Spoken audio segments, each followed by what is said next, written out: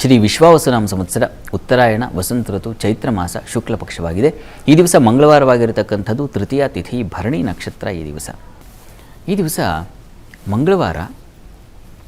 ಮಂಗಳವಾರ ತೃತೀಯ ಬಂದಿರತಕ್ಕಂಥ ತುಂಬ ಶ್ರೇಷ್ಠವಾದದ್ದು. ಮಂಗಳವಾರ ಮಂಗಳಗೌರಿ ಆರಾಧನೆಯನ್ನು ಮಾಡ್ತೀವಲ್ವ ನಾವು. ಆ ರೀತಿಯಲ್ಲಿ ಯುಗಾದಿಯ ಹಬ್ಬ ಆದ 3ನೇ ದಿವಸ ಅಂದರೆ ತೃತೀಯ, ಈ ದಿವಸ ಒಂದು ಗೌರಿ ವ್ರತ ಇದೆ. ಇದನ್ನು ಸೌಭಾಗ್ಯ ಗೌರಿ ವ್ರತ ಅಂತ ಕರೀತಾರೆ. ಏನು ಈ ವ್ರತದ ಫಲ ಏನಪ್ಪ ಅಂದರೆ ಸೌಭಾಗ್ಯ.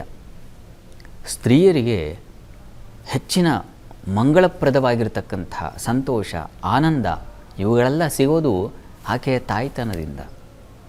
ಹೀಗಾಗಿ ಈ ಒಂದು ಸೌಭಾಗ್ಯ ಗೌರಿ ವ್ರತವನ್ನು ಆಚರಿಸಿದ್ರೆ ಶೀಘ್ರ ಸಂತಾನವಾಗುತ್ತೆ ಅಂತಕ್ಕಂಥ ಒಂದು ನಂಬಿಕೆ ಇದೆ. ಹೀಗಾಗಿ ಈ ಯುಗಾದಿಯ 3ನೇ ದಿವಸ ಸೌಭಾಗ್ಯ ಗೌರಿ ವ್ರತವನ್ನು ಡೋಲೋತ್ಸವ ಅಂತಲೂ ಕರೀತಾರೆ. ಗೌರಿಯನ್ನು ಉಯ್ಯಾಲೆಯ ಮೇಲೆ ಕೂಡಿಸಿ ಆಕೆಯನ್ನು ತೂಗ್ತಕ್ಕಂಥದ್ದು. ಅಲ್ಲಿ ಕಲಶ ಸ್ಥಾಪನೆ ಮಾಡಿ ಗೌರಿಯನ್ನು ಆವಾಹನೆ ಮಾಡಿ ಗೌರಿಗೆ ಷೋಡಶೋಪಚಾರ ಪೂಜೆಯನ್ನು ಸಲ್ಲಿಸ್ತಕ್ಕಂಥದ್ದು. ಈ ಥರದ ಒಂದು ಕ್ರಮ ಇದೆ. ಇದರಿಂದಾಗಿ ಸುಮಂಗಲತ್ವ ಹಾಗೂ ಸಂತಾನ ಪ್ರಾಪ್ತಿ ಇವುಗಳು ಉಂಟಾಗುತ್ತೆ ಅಂತಕ್ಕಂಥ ಒಂದು ನಂಬಿಕೆ ಇದೆ.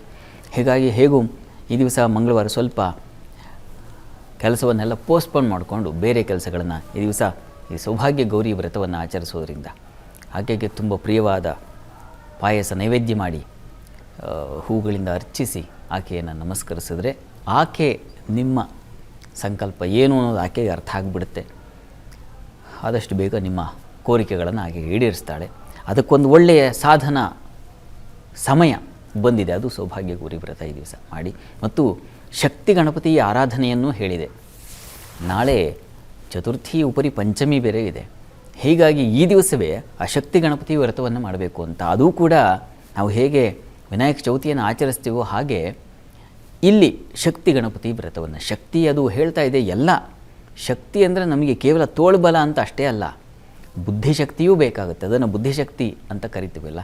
ಹಾಗಾಗಿ ಬುದ್ಧಿಶಕ್ತಿ ಬೇಕು, ಕಾರ್ಯಶಕ್ತಿ ಬೇಕು, ಎಲ್ಲ ಬಗೆಯ ಮನೋಶಕ್ತಿ ಬೇಕು, ಇಚ್ಛಾಶಕ್ತಿ ಬೇಕು, ಜ್ಞಾನಶಕ್ತಿ, ಕ್ರಿಯಾಶಕ್ತಿ ಅಂತೆಲ್ಲ ಇದೆ.